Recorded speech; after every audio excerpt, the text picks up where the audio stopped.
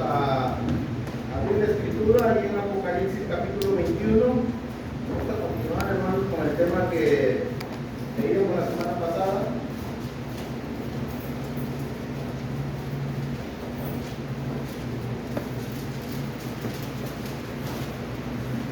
Algo que comentaba el hermano Jorge ahorita, y es una verdad, hermanos, es que cuando hablamos de Apocalipsis, las personas piensan en un mito o en misterios. Tantas películas que han hecho, hermanos, y algunas hasta de terror y de miedo, pero realmente Apocalipsis, como lo dice el capítulo 1 y el versículo 3, es un libro de promesas, hermanos, es un libro de bendición, es un libro que le da esperanza al pueblo de Dios. Le da esperanza en medio de las tribulaciones, en medio de las persecuciones y en medio de momentos difíciles de la vida. Entonces, Apocalipsis no es un libro de miedo, ni es un libro de promesas, de bendiciones, de realidades hechas por Dios. Y les comentaba a los hermanos ayer, hay que tomar este libro como un todo, no como por partes, porque ese es el problema de las personas que han agarrado con un pasaje de la Biblia y se han centrado nada más en ese pasaje y de ahí han hecho muchas cosas y han sacado muchos inventos sin darle realmente el verdadero sentido a la palabra de Dios. Pensando en eso, Apocalipsis es un libro de revelaciones, nos va a revelar cosas, nos va a sacar a la luz los planes que Dios tiene, los planes que Dios tenía para su iglesia en el primer siglo, ya que su iglesia estaba pasando tribulaciones, persecuciones a causa del imperio romano y muchos estaban muriendo, y Dios quería y quiere, tanto en el primer siglo, que sus hijos sean fieles ante las situaciones que viven, ante la adversidad y aún, hermanos, ante la invitación del mundo a vivir de una vida de inmoralidad y perversa. Dios quiere que sus hijos, que su iglesia sea fiel a Él. Entonces, Dios va a revelar su palabra y Apocalipsis nos va a enseñar, hermanos, nos va a nutrir y nos va a animar a fortalecernos en la palabra de Dios. Vamos a ir al capítulo 21, versículo 5. Vamos a leer el versículo 5.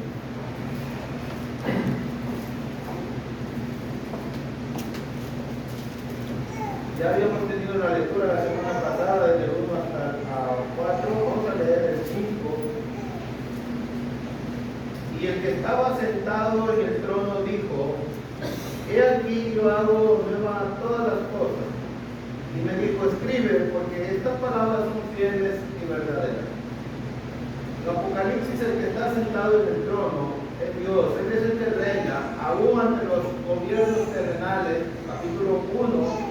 Versículo 6, versículos 5 y 6, Él está gobernando aún sobre los reinos terrenales.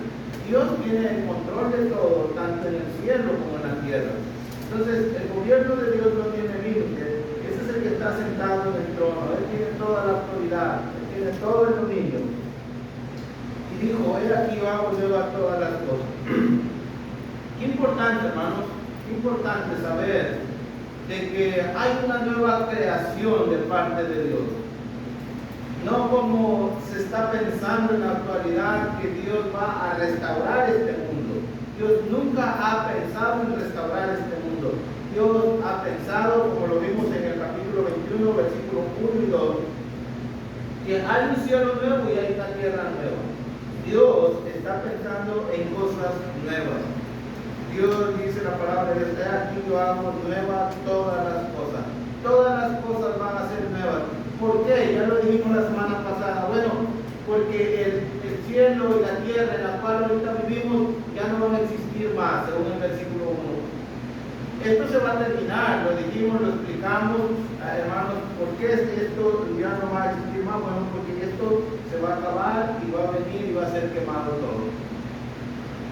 Y Dios le dice a Juan, que es el que está teniendo la revelación del Apocalipsis: escribe, porque estas cosas son fieles y verdaderas. Lo que Dios le está diciendo a Juan: escríbelas, porque esta es una realidad, lo que yo estoy diciendo.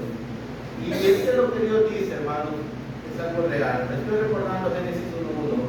Cuando Dios dijo: sea la luz, fue la luz.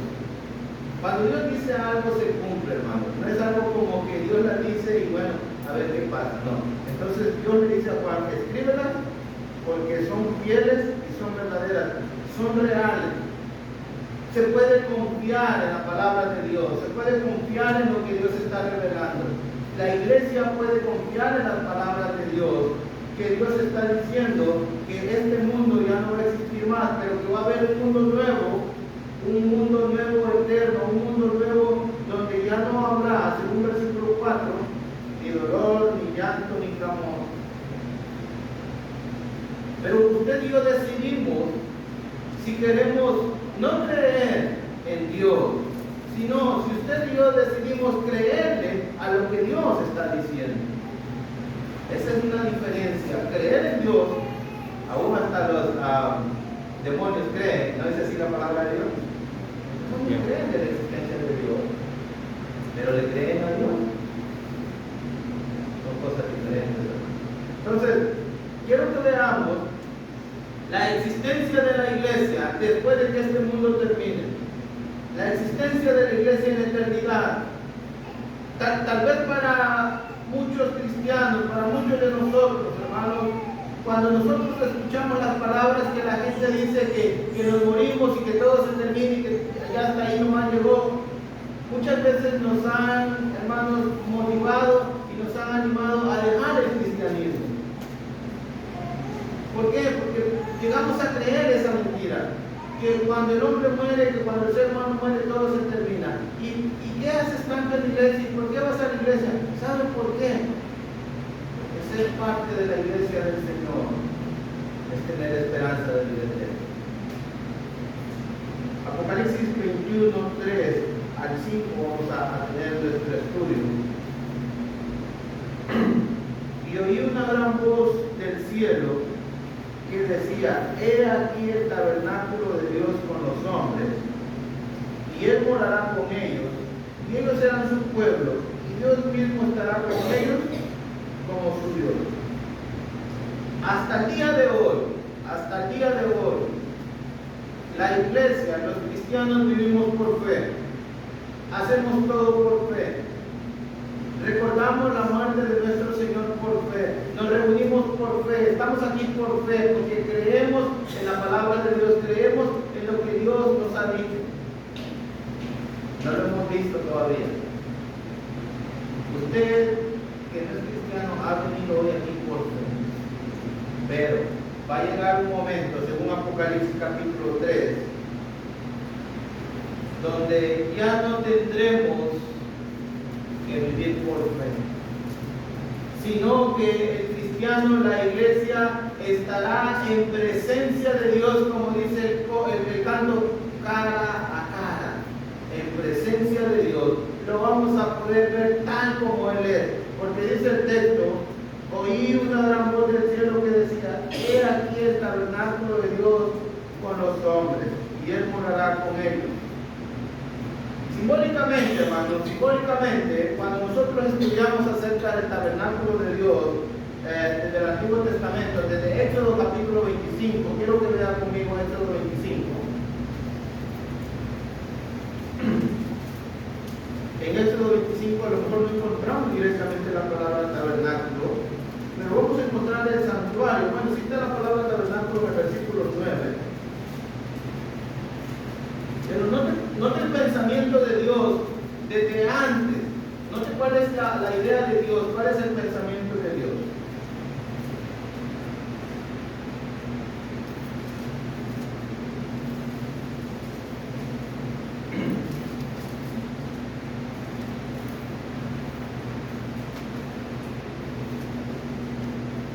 Dice Éxodo 25, versículo 8 y 9: y harán un santuario para mí, dice Dios, porque es Dios que está hablando. Cuando comenzamos en el versículo 1, Jehová habló a Moisés diciendo: y harán un santuario para mí, y habitaré en medio de ellos, conforme a todo lo que yo te muestre, el diseño del tabernáculo y el diseño de todos mis utensilios, así lo haré. ¿Cuál es el pensamiento de Dios, según Éxodo 25, versículo 8, hermano? Que Dios quiere quiere y desea vivir en medio de su pueblo. Dios quiere tener una cercanía con su pueblo. Dios no solamente quiere liberar a su pueblo, como en este caso, ¿no? Éxodo 25, hablando del pueblo de Israel que acaba de ser liberado de Egipto. Dios no solamente lo quiere sacar de la esclavitud, sino que Dios quiere tener una relación estrecha, una comunión con ellos y quiere estar cerca de ellos, quiere estar en medio de ellos. Eso habla, hermano, de que Dios quería tener una cercanía con ellos. Dios quería tener una comunión con ellos desde antes, hermano. Desde Éxodo capítulo 25 vemos eso. ¿Por qué, hermano? Porque bueno, en Génesis capítulo 3, hermanos, cuando entró el pecado, se perdió la relación de Dios con la humanidad. Se perdió la comunión entre Dios y la humanidad.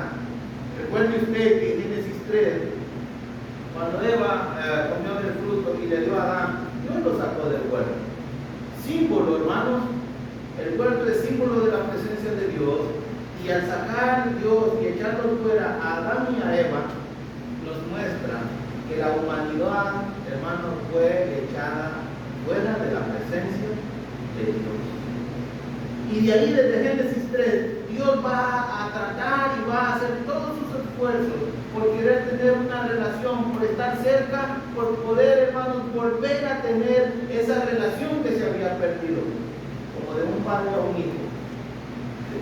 Tener una relación, como de una familia, de estar otra vez unidos.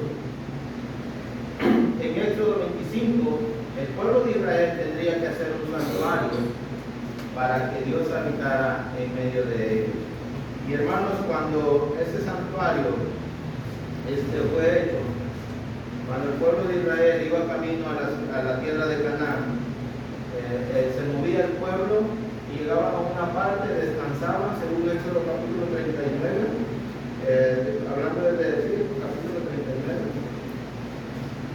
39, se movían, caminaban.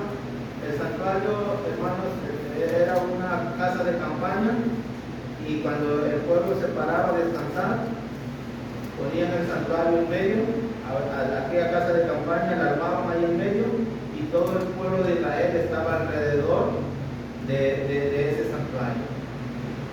De ese santuario, hermanos, cuando ellos iban a adorar a Dios en el desierto, abrían sus puertas de sus casas donde ellos estaban y volteaban a ver sobre ese tabernáculo, sobre ese lugar de reunión, y de ese lugar se miraba una nube como humo. Y eso era todo lo que ellos veían de la presencia de Dios. Pero Dios, hermano, quería estar en medio de ellos. Él quería estar en medio de ellos. Cuando el pueblo de Israel se construye el templo, la presencia de Dios estaba en el templo, allá en Jerusalén. Ahí estaba la presencia de Dios.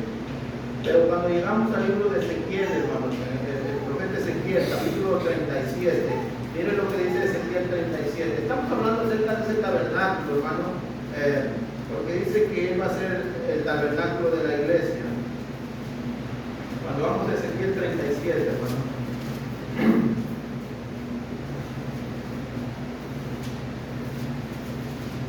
versículo 27.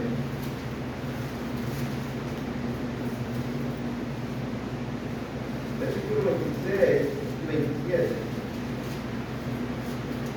Versículo 26 hasta 28 dice: y haré con ellos pacto de paz, pacto perpetuo será con ellos, y los estableceré y los multiplicaré, y pondré mi santuario entre ellos para siempre. Estará en medio de ellos mi tabernáculo, y seré a ellos por Dios, y ellos les serán por pueblo. Y sabrán las naciones que yo, Jehová, santifico a Israel, estando mi santuario en medio de ellos para siempre. Cuando el pueblo de Israel, hermanos, el pueblo de Israel vivió un tiempo, hermanos, de santidad, un tiempo que tuvo una relación muy estrecha con Dios, en la época de David, de Salomón. Pero cuando Salomón murió, ya sabemos allá en el libro de los Reyes que el pueblo se dividió. esos problemas, hermanos, trajeron que el pueblo de Israel entrara en idolatría, pecara contra Dios, y el pueblo de Israel fue llevado cautivo a Babilonia por 70 años. Cuando Ezequiel profetiza al pueblo de Dios que está en la cautividad, les dice que Dios va a hacer un pacto con ellos. También Jeremías capítulo 31, versículo 31 habla del nuevo pacto. Va a hacer un pacto con ellos y va a ser perfecto, dice. Pero lo que llama la atención es que dice el versículo 26: y pondré mi santuario entre ellos para siempre. Estará en medio de ellos mi tabernáculo. Otra vez, hermanos, aunque Israel había cometido pecado, aunque Israel no había querido obedecer a Dios, aunque Israel se había portado como una mujer infiel, como una esposa infiel, yéndose tras otros maridos, Dios, hermanos, en su gran amor por Israel, le dice: Israel, tú eres mi pueblo y quiero que mi presencia esté contigo otra vez. Y Dios le está prometiendo su presencia al decirle que su tabernáculo va a estar en medio de ellos, estará en medio de ellos mi tabernáculo, y seré a ellos por Dios, y ellos serán mi pueblo. Y sabrán las naciones que yo Jehová santifico a Israel, estando mi santuario en medio de ellos para siempre. ¿Cómo el pueblo de Israel, hermanos, mantenía esa santidad? ¿Cómo el pueblo de Israel se podía mantener apartado y era señal de que estaba separado de las otras naciones y que estaba santificado y consagrado para Dios? Cuando el tabernáculo de reunión estaba en medio de ellos, cuando el santuario de Dios estaba en medio de ellos. Esto es cuando la presencia de Dios estaba con ellos. En la idea de Dios, hermano, la idea de Dios siempre ha sido estar cerca de la gente, de las personas, de su pueblo, de la iglesia. Note que Dios nos dio un tráiler chiquitito por 33 años de toda la película de la relación divina entre Dios y su creación. Juan, el Evangelio de Juan, capítulo 3, capítulo 1, versículo 16, perdón. Juan capítulo 1, versículo 14, ese es el pasaje. Nos dio un poquito, hermanos, nada más nos dio un pedacito de esta película completa, donde Dios, como soberano, como creador, ha querido estar cerca de su pueblo de una manera que su pueblo lo pueda ver, lo pueda palpar, lo pueda tocar. Dice Juan, el Evangelio de Juan capítulo 1. Este Juan es el mismo que está viendo la visión allá en Apocalipsis capítulo 21. Y aquel verbo fue hecho carne y habitó entre nosotros, y vimos su gloria, gloria como del unigénito del Padre, lleno de gracia y de verdad. Y aquel verbo fue hecho carne, y aquel verbo estaba con Dios, era con Dios y era Dios. En el versículo 1. Dios vino y se hizo carne y habitó. Note, Dios, hermanos, con todo lo que es Dios, con toda su soberanía, con todo su poderío, vino a esta tierra y se limitó y se hizo como uno de ustedes, como yo, se hizo de carne y hueso, para que usted, hermanos, tanto es el amor de Dios, tanto es el deseo de Dios de estar cerca de su creación, que se limitó y que se humilló a ser igual que uno de nosotros. Bueno, Dios quería estar en medio de su pueblo. Ahora, con la venida de Cristo, Dios estuvo en medio de su pueblo y su pueblo lo pudo ver. Ahora sí lo pudieron ver cara a cara. Y no estamos pensando en la figura física de Cristo, del Señor Jesucristo, estamos pensando en su carácter. Un hombre que cuando lo ofendía, callaba. Un hombre que, a pesar de vivir en un mundo lleno de maldad, él siempre hizo el bien. Dios, hermano, por un momento logró lo que tanto ha soñado, estar en medio de su pueblo. Y estuvo, porque Juan dice en su primera carta, nosotros lo vimos, nosotros lo palpamos, nosotros lo oímos al verbo de Dios. Entonces Dios vino a este mundo. Si usted puede colaborar en Mateo capítulo 1, cuando Mateo narra el nacimiento de nuestro Señor Jesucristo, en el capítulo 1 de Mateo,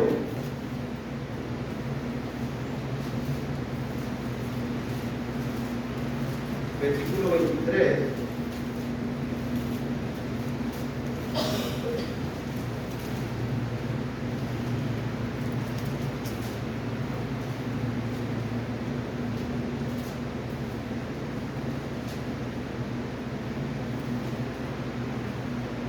dice Mateo 1:23, y aquí una virgen concebirá y dará a luz un hijo, y llamará su nombre Emmanuel, que traducido es Dios con nosotros.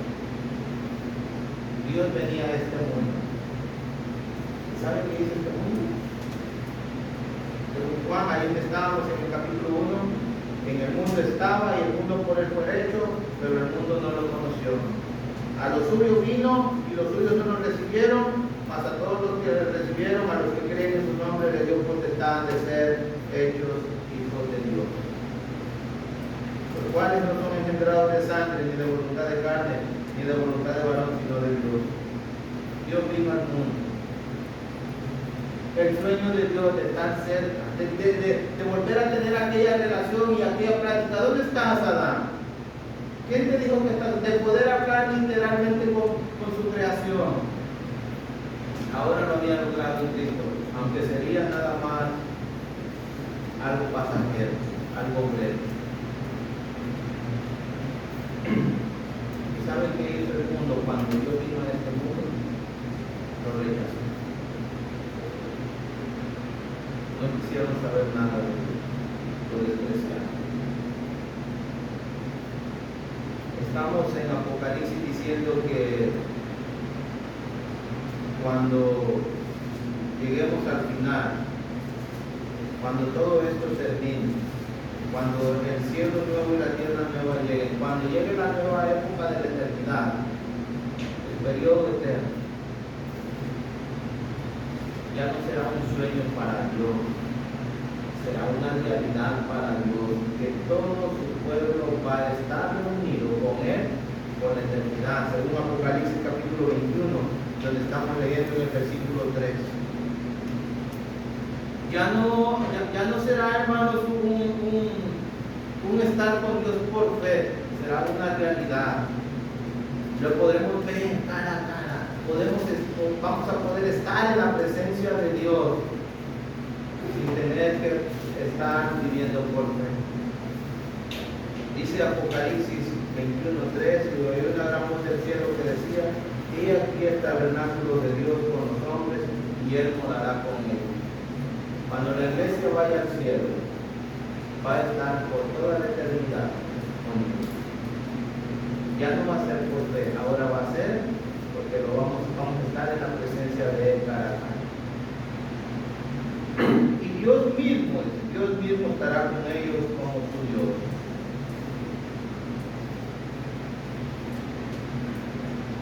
Entonces, se acabará, hermanos, todo esto. Ya no vamos a adorar a Dios. Ya la iglesia ya no va a servir a Dios como está haciendo en la actualidad.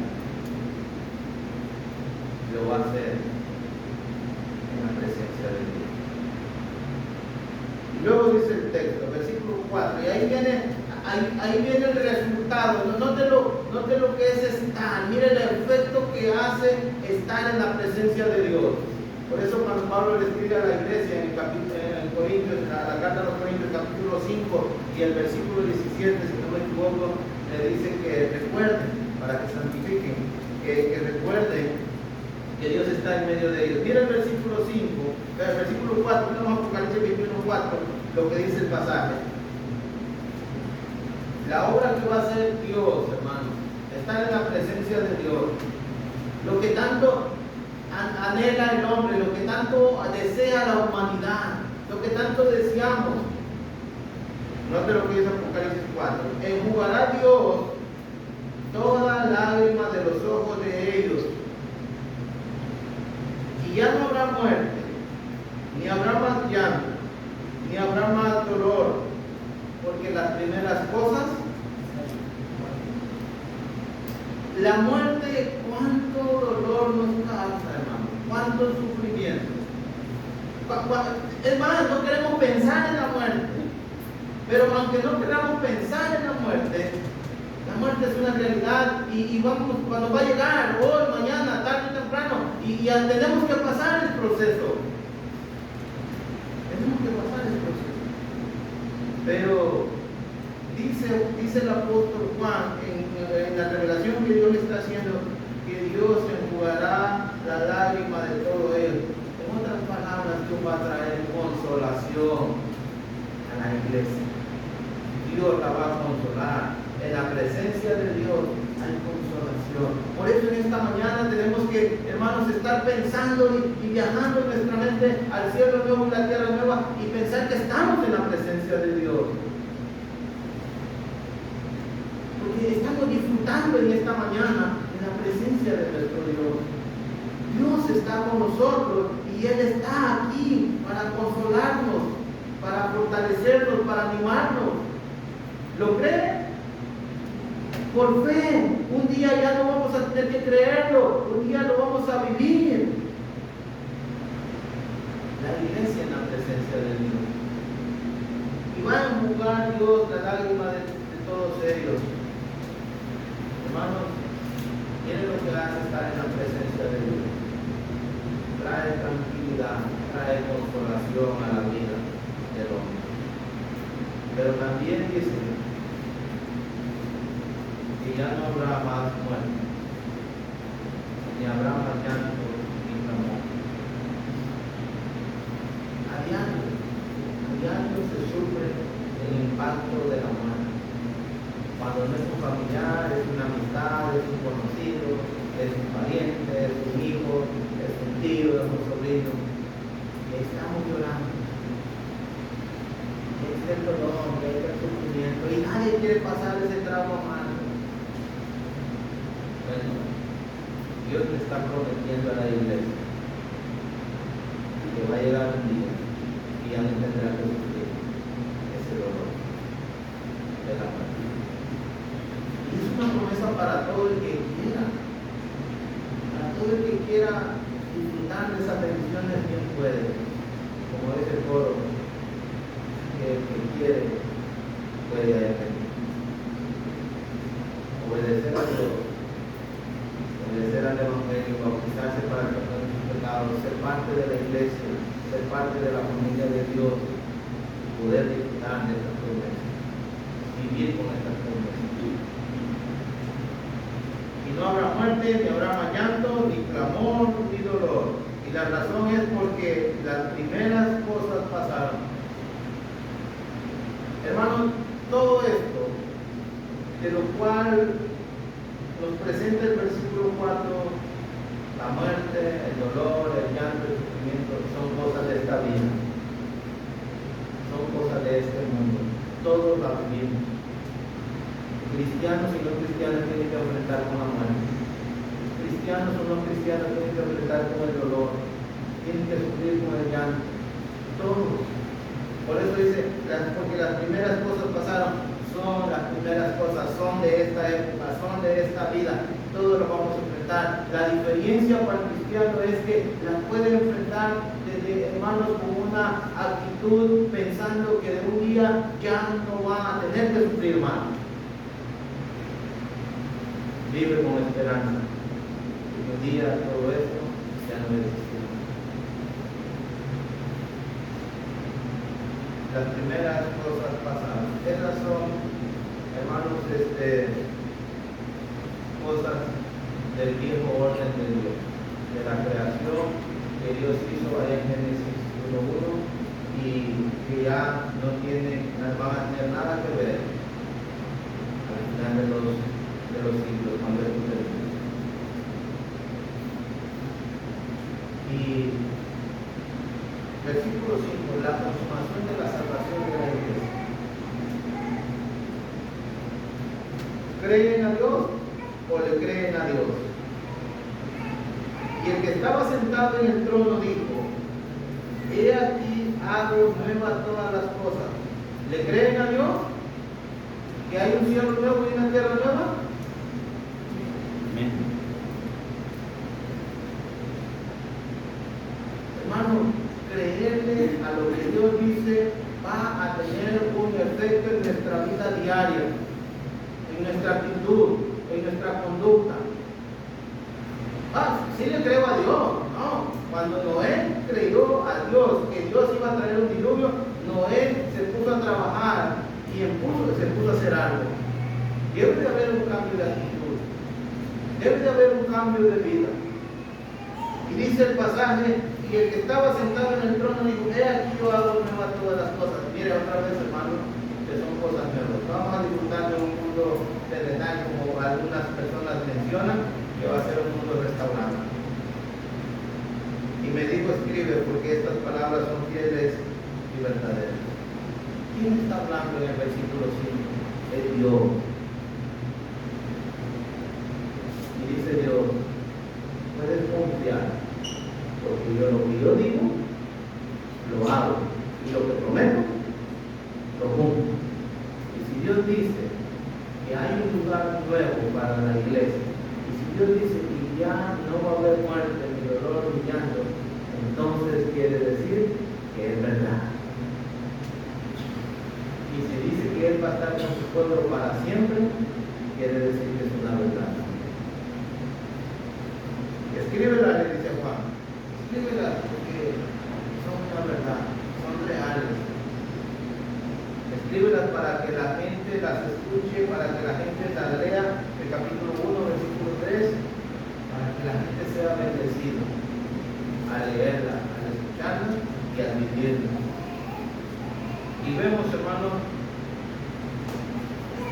la fidelidad de Dios puesta, hermanos, en la balanza. Dios está diciendo: estas cosas son nuevas, estas cosas van a ser, son así. Dios está empeñando su fidelidad. Si esas cosas no se cumplen, quiere decir entonces que Dios es un mentiroso. Pero como Dios todo lo cumple, la palabra de Dios es verdad. Garantizadas por Dios de que existe en la eternidad un lugar preparado para la iglesia y para los que son fieles, que se mantienen firmes a pesar de las tribulaciones, a pesar de las necesidades, a pesar de los problemas, a pesar de las dificultades de la vida, se mantienen fieles a Dios. Eso es lo que Dios está dándole a la iglesia,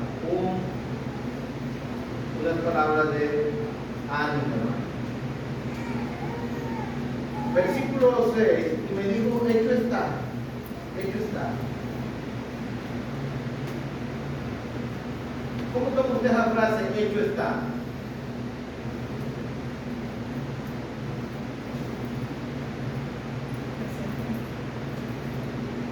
Esto es una realidad.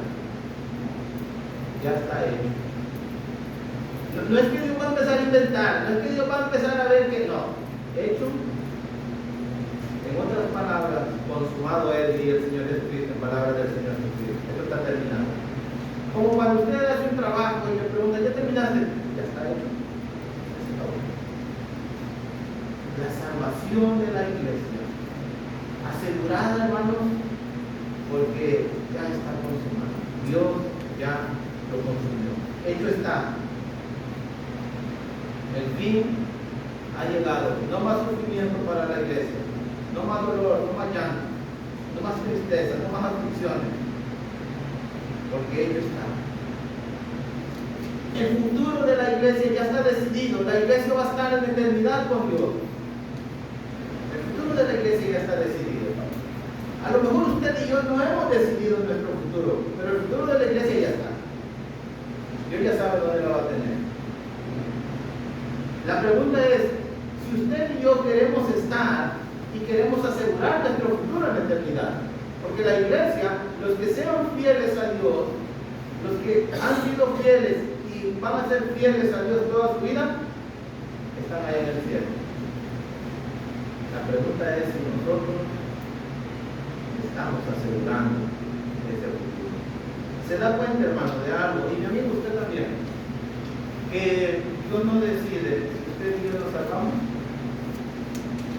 Él ya dijo, la iglesia va a estar acá en este lugar, hay un lugar preparado para ellos. El que decide ser parte de la iglesia y el que decide ser fiel en la iglesia va a estar en el lugar que Dios ha preparado. Pero la decisión es de cada uno de nosotros. Si usted quiere estar en la presencia de Dios, si usted un día lo quiere ver, si usted quiere salir de esa vida de fe, hay una oportunidad. Un día estar en la presencia de Dios. Y para que no haya duda, dice el versículo 6, y me dijo, hecho está, yo soy el alfa y el omega, el principio y el fin, y al que tuviere sed, yo le daré gratuitamente de la fuente del agua de vida. Al que venciere, le dará todas las cosas, y yo seré su Dios, y él será mi hijo. Note el versículo 6, yo soy el alfa y el omega, el principio y el fin. Estas dos palabras tienen la idea, hermanos, en su lenguaje original, hablar desde el principio, cuando Dios creó los cielos y la tierra, pero también hablar del final, cuando el mundo termine. Este principio, hermanos, que nos enseña cuándo las cosas fueron creadas, pero también cuándo las cosas se van a terminar. Y Dios dice, yo soy el que estaba en el principio, y yo soy el que voy a estar en el final. Quiere decir que Dios es eterno, desde la eternidad hasta la eternidad. Pero dice, al que tuviere sed, note la palabra, al que tuviere sed, Dios no le va a dar gratuitamente a alguien algo que no quiere. Dice, al que tuviere sed. Y esos que tienen sed, hermanos, los sedientos, los que desean tener una relación con Dios, los que desean tener una comunión con Dios, los que quieren, los que anhelan estar con Dios, los que quieren servir a Dios. Bueno, a eso, a que tuviere sed, yo le daré gratuitamente de la fuente del agua de vida. ¿Sabe quiénes son los sedientos, hermanos? A los que les gusta que se hagan las cosas justas, a los que les gusta decir la verdad, a los que son rectos, a los que son íntegros, a los esposos fieles, a las esposas fieles, a las mujeres que cuidan su vida moral y que quieren tener una relación con Dios. Esos son los sedientos, tienen sed, tienen esa gran necesidad, sienten esa necesidad de tener una relación con Dios, de ser fiel a Dios y hacer las cosas que le agradan a Dios. Y por último dice, noten que va a ser al que tiene sed, se le va a dar gratuitamente de la fuente del agua de vida, y al que venciere,